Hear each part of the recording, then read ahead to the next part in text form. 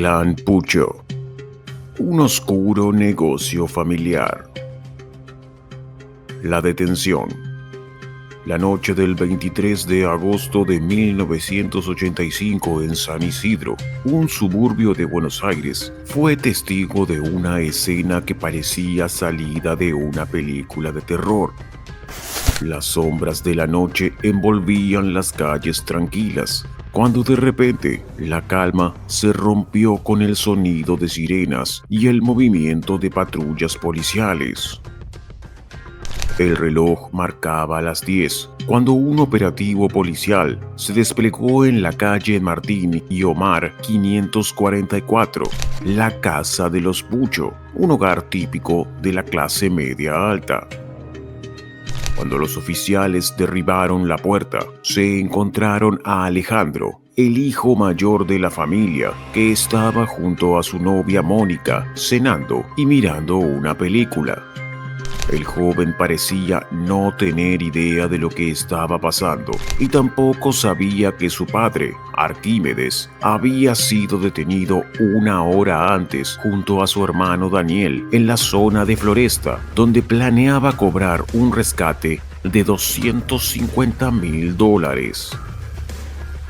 Pero esa operación se había planeado meticulosamente. Apenas ingresaron al caserón, los oficiales revisaron la casa y luego fueron hacia un sótano de hormigón, cuya entrada estaba tapada, disimulada por un ropero. Bajaron lentamente los 18 escalones de madera.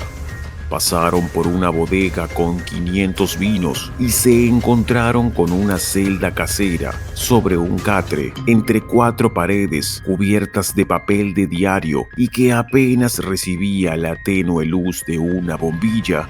La empresaria Nélida Bollini de Prado sobrevivía encadenada desde hacía 32 días.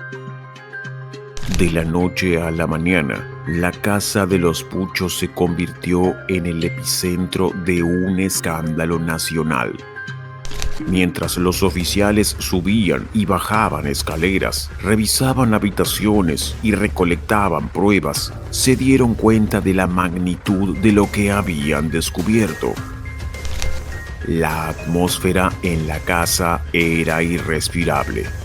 El aire estaba cargado con una mezcla de miedo, rabia e incredulidad. ¿Cómo una familia aparentemente normal había podido perpetrar semejante acto de crueldad? Aquella noche, Arquímedes Pucho fue detenido junto a sus hijos Alejandro y Daniel.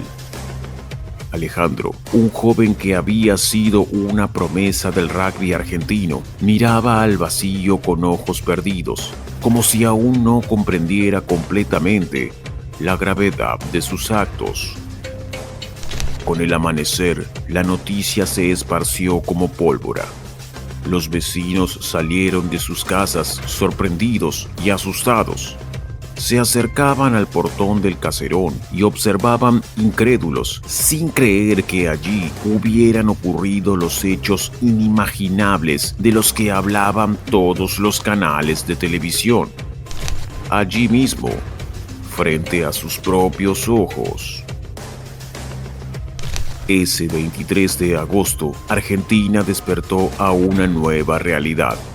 Las puertas de la casa de los Puchos se cerraron con un sonido seco. Pero las heridas abiertas tardarían mucho más en cicatrizar. El jefe de la banda, Arquímedes Rafael Pucho, era el padre de familia, un hombre que en ese momento tenía 56 años, era contador público y se dedicaba a la venta de productos náuticos en su propio local, ubicado justo al lado de su casa. Pero su pasado era mucho más oscuro. Había sido un ex funcionario del gobierno durante la dictadura en Argentina, además de ex miembro del Servicio de Inteligencia de la Fuerza Aérea. Desde ese lugar de poder, Pucho sería en los años 70 uno de los rostros visibles de lo que podríamos llamar el Estado Mayor del Secuestro en la Argentina. Un círculo donde se supieron entrelazar traiciones, vendetas, delincuentes comunes, policías y soldados, junto a miembros de los servicios de inteligencia. Los Pucho y otras familias de clase media alta no eran más que una segunda línea de un aparato siniestro que emanaba de altos mandos militares. Pero llegada la democracia, algo tenían que hacer. Algunos pierden su estatus, pero otros empiezan a armar nuevas bandas, a montar su propio negocio, como ellos le decían. Arquímedes organizaba su clan a fines de la dictadura, con el único fin de mantener su alto nivel de vida. Los principales integrantes serían personajes de su misma calaña, contactos que fue cosechando a lo largo de los años. El coronel retirado Rodolfo Victoriano Franco, que sería el consejero, Roberto Oscar Díaz, el chofer, Guillermo Fernández Laborda y el entregador, Gustavo Contepomi, además de sus propios hijos, Alejandro y Daniel Pucho, alias Maguila. Todos aparentaban ser una familia común, al punto que nadie sospecharía jamás de ellos. Los domingos iban a misa a la catedral. El padre de saco y corbata, la madre y las hijas, Silvia y Adriana, con sus mejores vestidos. Los hermanos varones, Alejandro, Daniel y Guillermo, con ganas de mirar chicas porque ninguno era muy religioso. Su apellido no pertenecía al círculo de las familias tradicionales de San Isidro, pero los tres hijos jugaban al rugby en el Club Atlético San Isidro y eso les había permitido el roce social que tanto anhelaban. Epifanía Calvo, la madre de la familia, era profesora de contabilidad y matemáticas. Era muy devota, callada y soportaba en silencio la crisis de su matrimonio. A Pucho, en cambio, lo conocían por ser bastante severo con sus hijos, poco sociable, un hombre culto y de palabras justas, que los vecinos sorprendían siempre barriendo en la vereda. El loco de la escoba, le decían. Después entendieron que en realidad estaba vigilando, escuchando con atención hasta donde se oían los gritos de sus propias víctimas. La caída de los Pucho en tiempos sin WhatsApp se pudo concretar gracias a que la Policía Federal trabajó en forma conjunta con Entel, la compañía telefónica que operaba en aquel entonces en Argentina. Los oficiales llevaban 32 días investigando tras la denuncia de la familia Bollini de Prado sobre la desaparición de la mujer, siguiendo las comunicaciones que tenían con los secuestradores. Según cuentan, poco a poco se iban cerrando los círculos de los lugares de donde se hacían las llamadas y grababan todas las charlas con los familiares hasta que, finalmente, la noche del 23 de agosto, 15 brigadas acechaban los movimientos de Arquímedes. El momento clave ocurrió cuando el líder usó el teléfono público de una estación de servicios ubicada en La Ferrere y Mariano Acosta y fue localizado. Cuando la policía llegó, él estaba fuera de sí, sorprendido, pero a la vez inmutable, cínico, como el monstruo que en realidad era. Desde allí se dirigieron hasta su casa y encontraron a Alejandro y a su novia en la cocina. Poco después llegó la madre, Epifanía, y la retuvieron allí mientras revisaban la propiedad. No habían hallado nada extraño hasta que descubrieron el macabro sótano. Los oficiales describieron una escena escalofriante.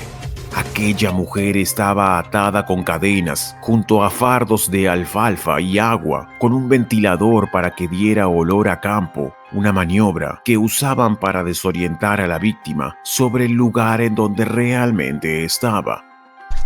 Pucho había gastado una verdadera fortuna para reformar su casa. Le pidió a un albañil y cómplice que construyera el sótano con un pequeño cuartito de 2x2 en la parte trasera. Compró un catre, puso ganchos en las paredes, eligió unas gruesas cadenas, empapeló todo con diarios viejos, adosó una tapa de madera con un agujero en un tacho de pintura, un baño de lujo, como él le decía.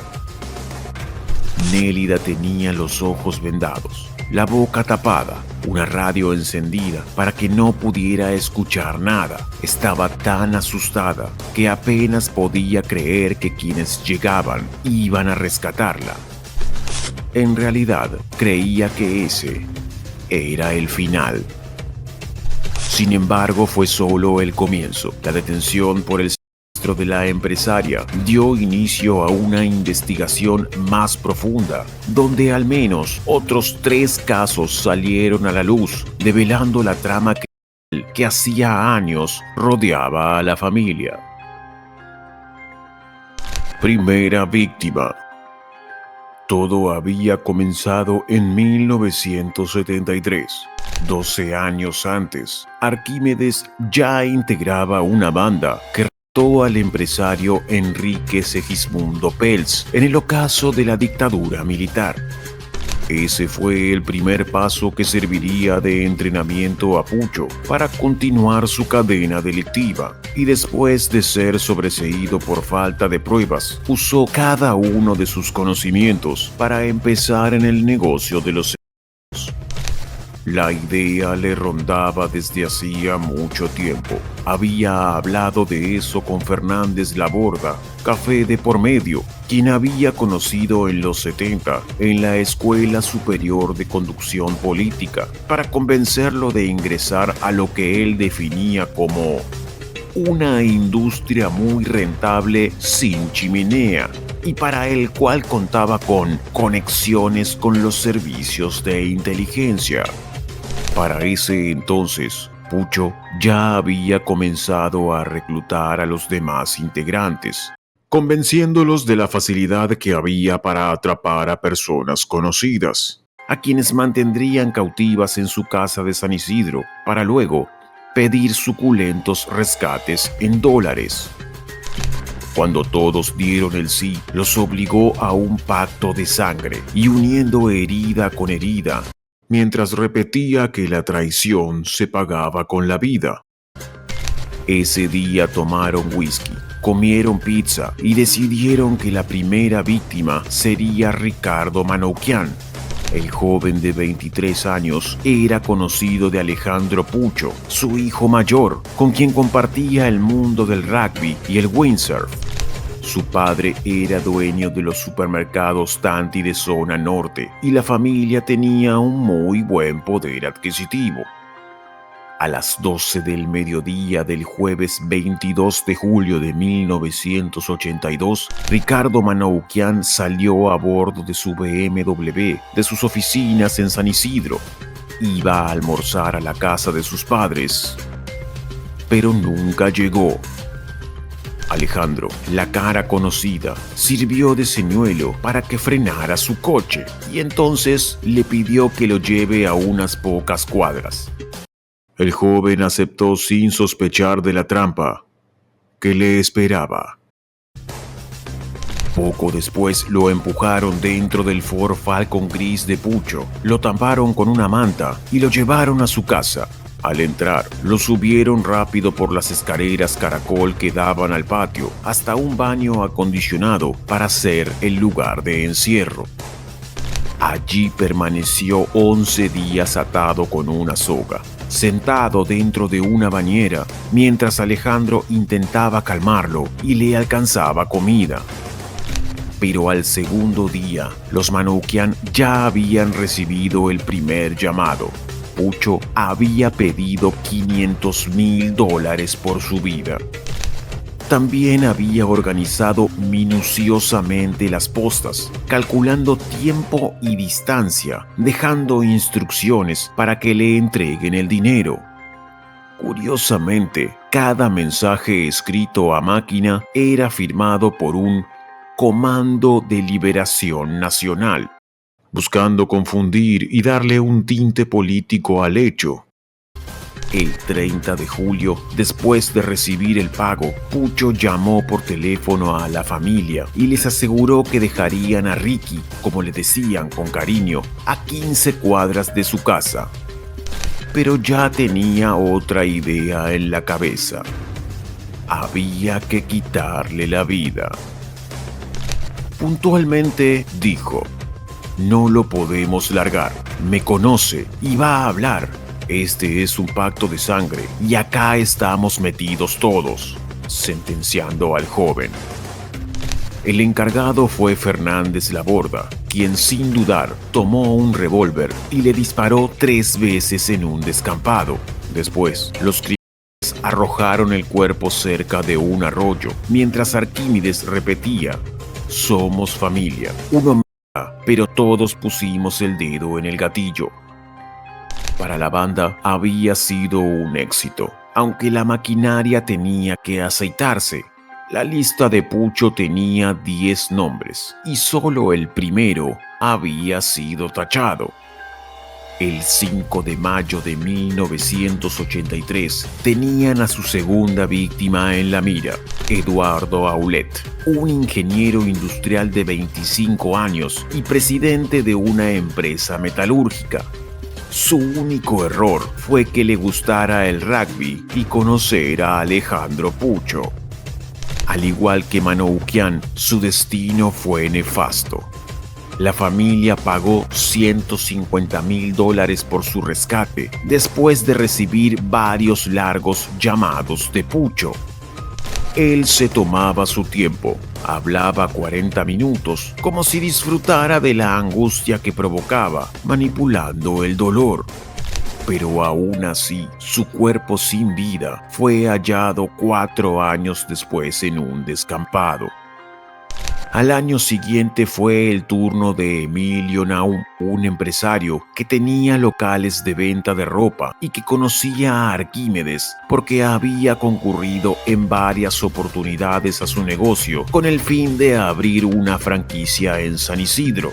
Quería que reconociera su cara, parecer alguien de confianza. Él nunca llegó a estar en cautiverio. Pucho lo frenó en la calle y en medio de un forcejeo, cuando intentaban amordazarlo y atarlo con cadenas, alcanzó a gritar pidiendo ayuda justo antes de que Díaz y Franco le dispararan a plena luz del día. Pero la banda fue por más. Llegaron a llamar a su esposa por teléfono un mes después, reclamando $350,000 de una incomprobable deuda de su marido, con total impunidad. Durante todo este tiempo no había pistas que vincularon a los Pucho con los hechos. El juicio. En 1985, los integrantes de la banda fueron detenidos por el secuestro de Nélida Boggini de Prado. Sin embargo, cuando compararon las notas de rescate que había recibido el resto de las víctimas y los familiares escucharon las grabaciones de los llamados, reconocieron inmediatamente esa voz que nunca más iban a olvidar. Era el mismísimo Arquímedes. Entonces, el secuaz Roberto Oscar Díaz fue el primero en hablar. Frente al juez, describió la intimidad de la banda, los detalles de cada acto y cómo el jefe daba las órdenes para eliminar a las víctimas. Nos ponía la mano en el hombro, nos manejaba, nadie podía decirle que no, aseguraba Roberto. Todos los miembros coincidieron en sus relatos. Pucho infundía temor. En las reuniones que mantenían, Arquímedes solía abrir una botella de whisky y todos brindaban. Le gustaba hablar de política. Tenía sobre su escritorio el libro del Plan Quinquenal de Perón. Juraba que lo había leído más de una docena de veces. Soy montonero y cuando llegó la democracia me quedé en Pampa y la Vía, decía como justificando su nueva actividad. El clan ya estaba tras las rejas, pero ninguno de los Puccio reconocieron jamás ser los autores de los hechos. Mientras esperaban la sentencia, Alejandro incluso intentó quitarse la vida saltando desde el quinto piso del juzgado. Luego hablaba de eso en una entrevista exclusiva para televisión. Aún así, el jefe del clan, junto con sus 2 hijos, fueron condenados por los hechos. También sus cómplices, Arquímedes y Alejandro, recibieron cadena perpetua para cada uno, mientras que Daniel estuvo solo algunos años en prisión. Su hijo Guillermo había viajado a principios de los 80 a Australia y cuando la historia de su familia salió a la luz, nunca más regresó.